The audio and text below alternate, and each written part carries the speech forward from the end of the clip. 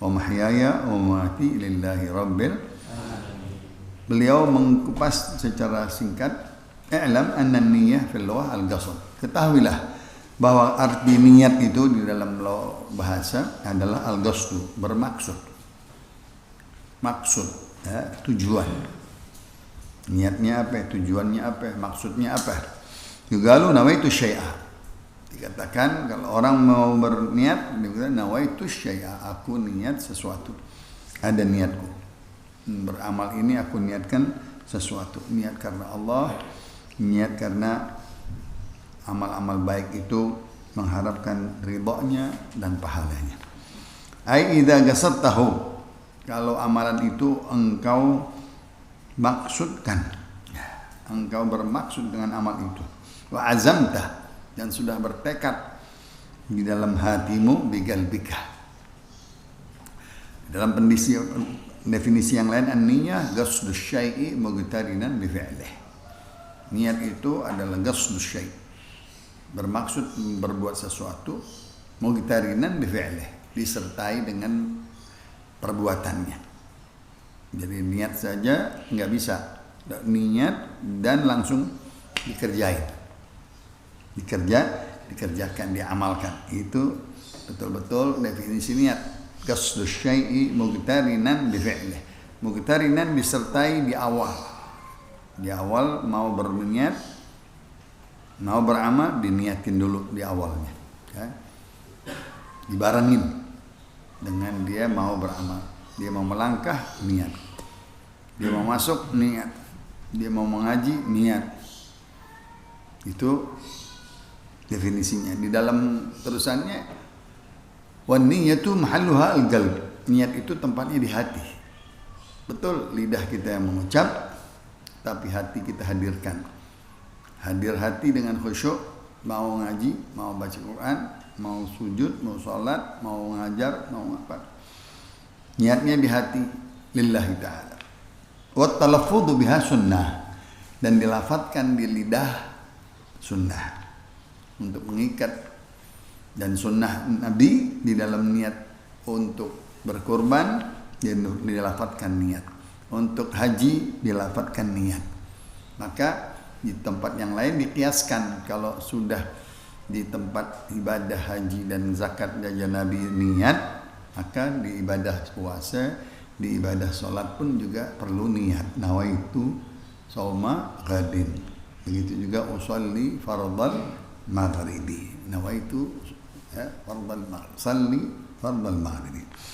Itu semuanya dengan kias, karena ada salah satu rukun Islam, haji dan zakat diniatkan dengan lafaz lisan, ucapan, maka di sholat pun, di puasa pun juga kita niat dengan ucapan lidah mengucap, hati mengikat, hati menghadirkannya, supaya dua-duanya ada. Seperti zikir katanya yang paling bagus, berzikir menyebut nama Allah dengan lisan dan hati. Kalau hanya lisan saja, sedikit pahalanya. Kalau dengan hati saja, ada pahalanya bagus.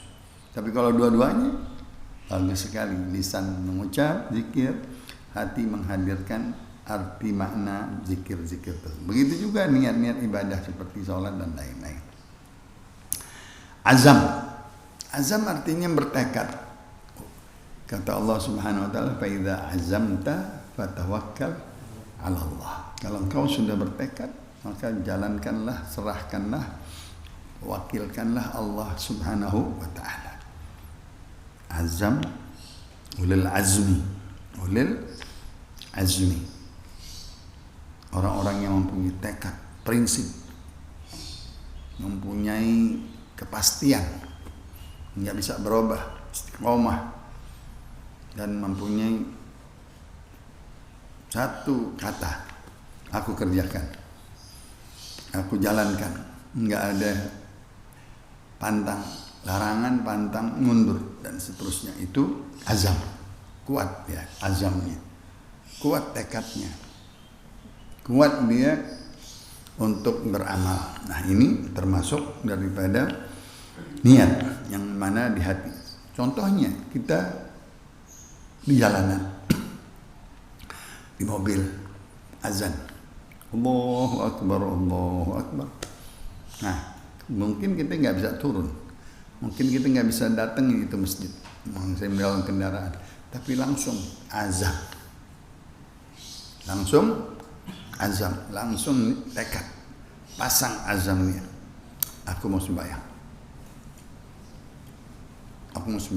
niat tuh azam, cukup itu, udah kuat tuh. Nanti dipinggirin mobil atau dicari langgar atau dicari tempat yang mana untuk dia langsung ngerjain sholat tersebut. Dikatakan kalau kita sudah punya azam, sudah tertulis amal ibadah kita. Apabila kita meninggal, dicatat pahala kita.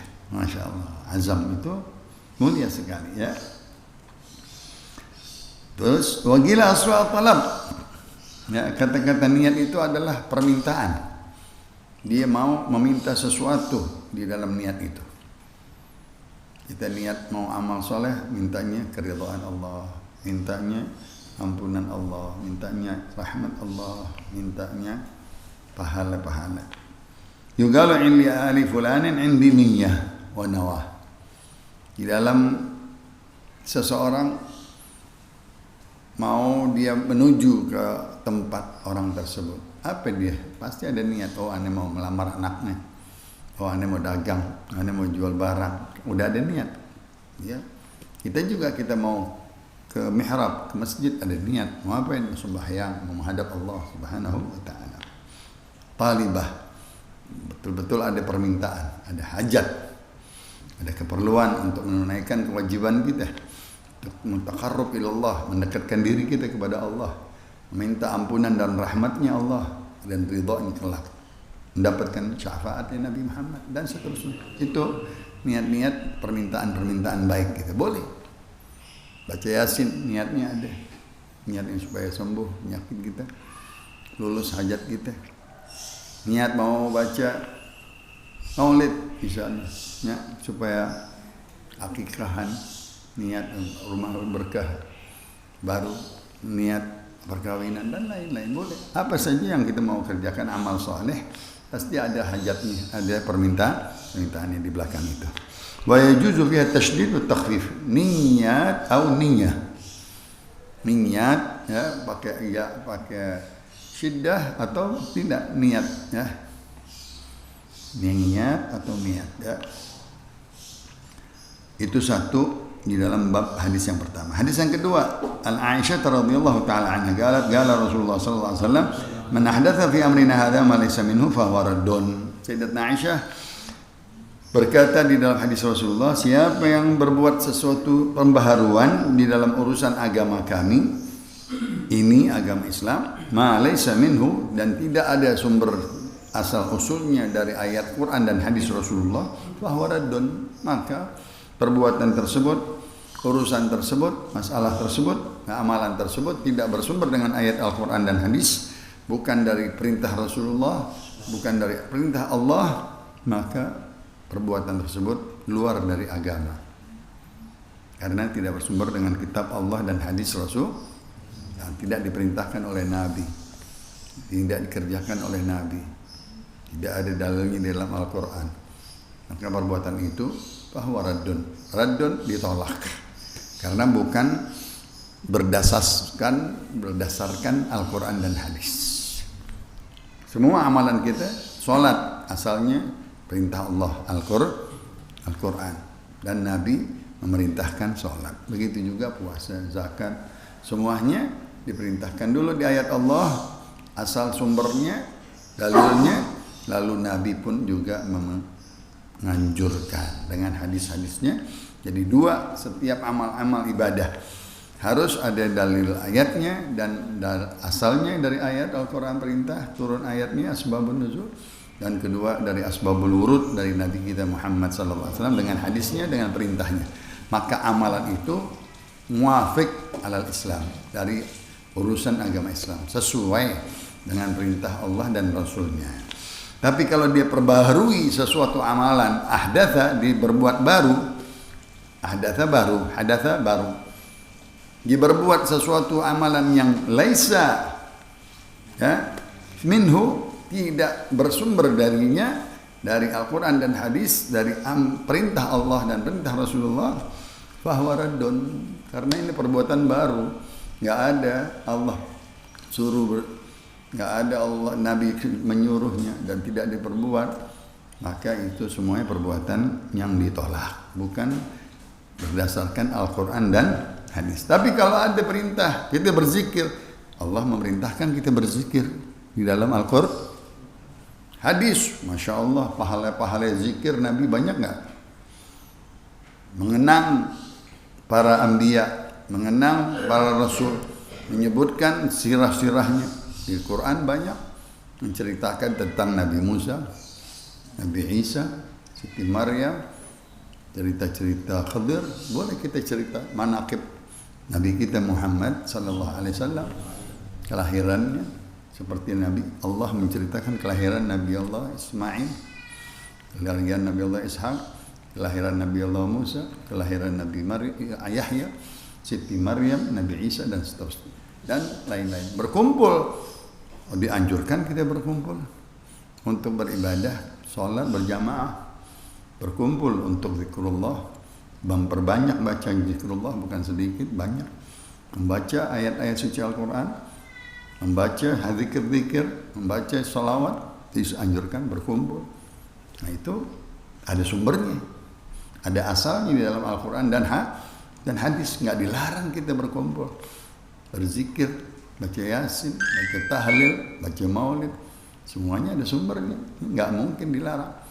Bahkan Nabi menganjurkan untuk kita berkumpul berzikrullah atau majelis ilmu. Maka kalau di luar itu semua, sesuatu yang baru yang disebut bid'ah, yang disebut sesuatu bid'ah bikinan baru yang tidak ada di zaman Nabi dan tidak bersumber dari ayat dan Rasul dan hadis Rasul, mazmumah, bahkan tercela, perbuatan itu tidak baik, bahkan mungkar. Sekarang yang mungkar dibolehin, yang perbuatan baik dilarang, kan lucu. Nah, coba perbuatan mungkar di TV semua mungkar, nggak ada yang tegur, nggak ada yang larang. Kita mau ngaji dilarang, kita mau sembahyang Jumat dilarang, sedangkan kita dalam keridhaan Allah Subhanahu wa Ta'ala. Ini hadis muttafaqun, ya, disetujui oleh Imam Bukhari dan Muslim, disebutkan dengan sahihnya. Ditambahkan oleh Imam Muslim, man amilah. Nah, tadi man ahdatha, perbuatan dibuat, dibikin perbuatan baru, luar dari Islam, luar dari perintah Allah dan Rasulnya.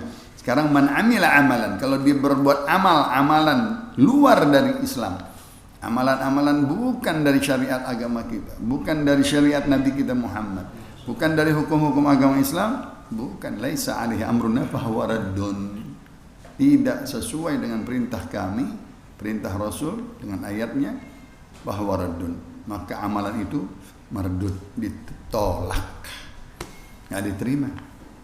Cara sembahyangnya lain, ya, cara puasanya lain, nggak sama sama hukum agama kita, nggak sama dengan yang dianjurkan oleh Nabi. Ya. Zakatnya lain, cara makan makanan yang diharamkan lain, dia makan yang diharamin. Oh ini di Quran haram, Nabi bilang haram makanan ini, dia makan juga. Oh ini nggak sama sama kita, nggak sah. Dia punya Nabi, nggak ada Nabi setelah Nabi Rasulullah SAW. Nah ini lain, nggak perbuatan amal itu tidak diperbuat oleh Nabi atau daripada urusan agama kita yang bersumber dari Al-Quran, maka mardud, tidak diterima, ditolak, ya. Ya, kata-kata mardud dari makhluk, contohnya makhluk, ya. Raddun, ya. Ditolak amalan-amalan yang tidak bersumber dari agama Islam. Ini kita hati-hati. Nggak semua amalan itu tidak bersumber di dalam agama Islam. Ada sumbernya di dalam ayat, ada sumbernya di dalam Al-Quran. Ziarah kubur ada di dalam Al-Quran. Hatta zurtumul maqabir. Nabi berziarah kubur, Nabi ziarah kubur. Nabi mengirimkan pahala-pahala untuk sahabatnya, sampai kepada orang di alam kubur, sampai. Maka jangan dipukul rata semuanya. Suka-suka orang-orang sonoan mukul rata. Wah ini bid'ah, ini bid'ah, ini bid'ah. Nggak bisa semua bid'ah. Betul zaman Nabi nggak ada, tetapi intinya ada berdasarkan merujukkan Al-Quran dan hadis. Nggak bisa kita mengatakan itu bid'ah yang dalalah, bid'ah yang sesat. Tidak. Kita berkumpul, berzikir, membaca salawat, dianjurkan innallaha wa malaikatahu boleh. Kita memuliakan bulan Sya'ban dengan hadis-hadis bulan Sya'ban. Kita memuliakan Isra Mi'raj, ada di dalam surat Isra. Subhanalladzi asra bi'am. Begitu juga hijrah, kita memuliakan hijrah. Kita berziarah kubur-kubur salihin, ada di dalam perintah-perintah Nabi. Maka enggak semua pukul rata semuanya salah, bid'ah baru dan dalalah, sesat. Tidak. Ada yang bagus, hasanah, baik. Ada yang sunnah malah disuruh. Ada yang malah diberikan pahala oleh Nabi. Anjuran-anjuran fadailul a'mal. Nah ini cukup menjadi bekal buat kita. Hati-hati kita dengan paham-paham yang semua memukul rata. Semua itu bid'ah. Tidak. Bagi-bagi dong. Jangan semuanya dipukul. Diratain, disamain. Yang baik, yang diterima dengan akal sehat, yang bisa dikerjakan oleh para ulama dan para tabi'in, para sahabat, pasti bersumber dari Rasulullah. Apabila dikumpulkan sesuatu perbuatan, lihat perbuatan itu isinya apa? Ibadah. Isinya apa? Quran. Isinya apa? Selawat. Isinya apa? Zikir. Isinya apa? Tanya jawab ilmu. Bagus. Engkau bandingkan dong orang berkumpul maksiat. Orang nyanyi-nyanyian, nari-narian, laki perempuan pegang-pegangan. Sama nggak ini itu? Sama nggak? Nggak sama. Masa yang ini salah, yang itu yang benar? Orang baca Quran salah. Orang ngasih makan bagus nggak? Orang ngasih orang lapar, ngasih tetangga, menjamu tetamu, masa salah? Orang yang buang-buang makanan, yang buang-buang harta, yang tidak diberikan kepada orang miskin, salah dia. Kita mengasih orang menjamu tetamu, orang yang habis zikir, orang yang habis sholat, orang yang habis membaca-baca, katanya makanannya nggak boleh. Nah, ini semuanya paham-paham yang keluar dari ahli sunnah wal jamaah. Kita mudah-mudahan mengambil dari keputusan para sahabat dan Nabi kita Muhammad sallallahu alaihi wasallam sesuai dengan jalur Al-Quran. Wallahu a'lam. Ilmuhu atam wa la ilma lana illa ma 'allama wa ahkam bi sirri asraril Fatihah.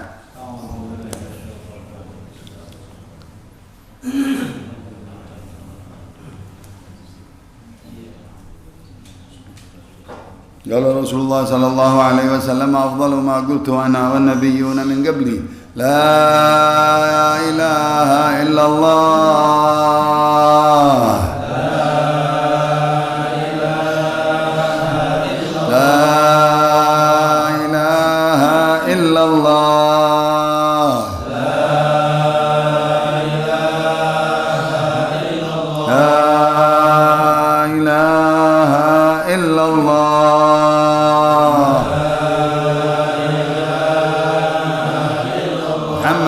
Rasulullah sallallahu alaihi wasallam ma syarrafa wa karrama wa majjada wa 'azzama kalimatu haqqin 'alaiha nahya wa 'alaiha namut wa 'alaiha nub'ats insyaallah ta'ala minal amin wa sallallahu ala sayyidina Muhammad nabiyil ummi wa alihi wa sahbihi wasallam walhamdulillahi rabbil qabul. Bismillahirrahmanirrahim.